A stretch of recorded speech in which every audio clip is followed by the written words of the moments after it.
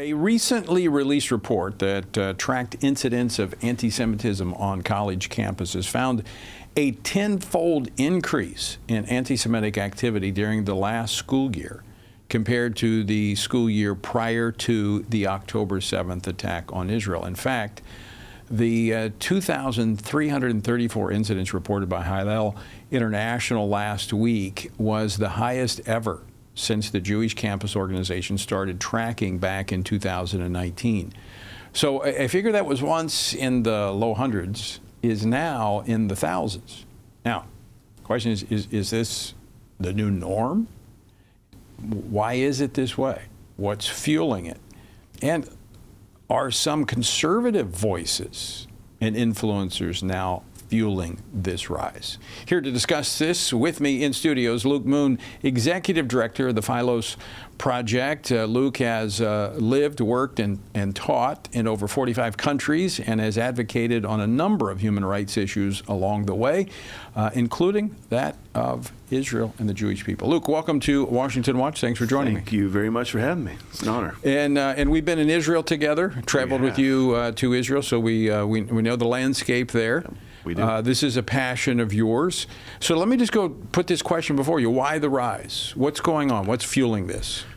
Well, I think it's a lot of things. I think there is a growing sense of particularly frustration among Gen Z, having grown up in a point where they had COVID hit them right when they're in their very formative years, followed up by Black Lives Matter, followed by the DEI push. And in that process, there was a lot of effort like, oh, you got to, the Jews are suffering, the Jews are victims, like that victim. I mean, isn't that kind of what we saw in history with the plagues? When the plagues broke out, they wanted to blame the Jewish people for it? They do, but you have this, there is a sense, I think, particularly among Gen Z, of reacting to what they see as being kind of told to care about.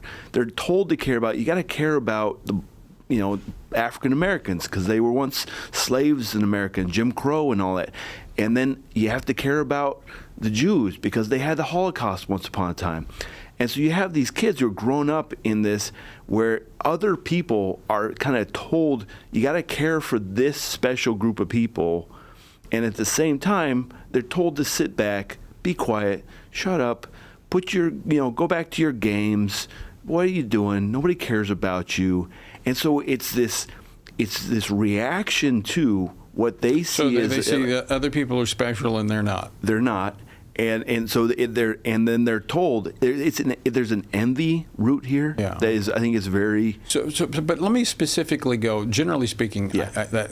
I think that there's a lot of merit in that. But let's talk specifically about Christian evangelical kids, because there's not a big difference in those numbers when you look at where evangelical Gen Zers come down on the issue and millennials. Right. There was just a friend of mine put out did a survey recently among Southern church attending men, and it was asked, should U.S. be involved with Israel in attacking Iran?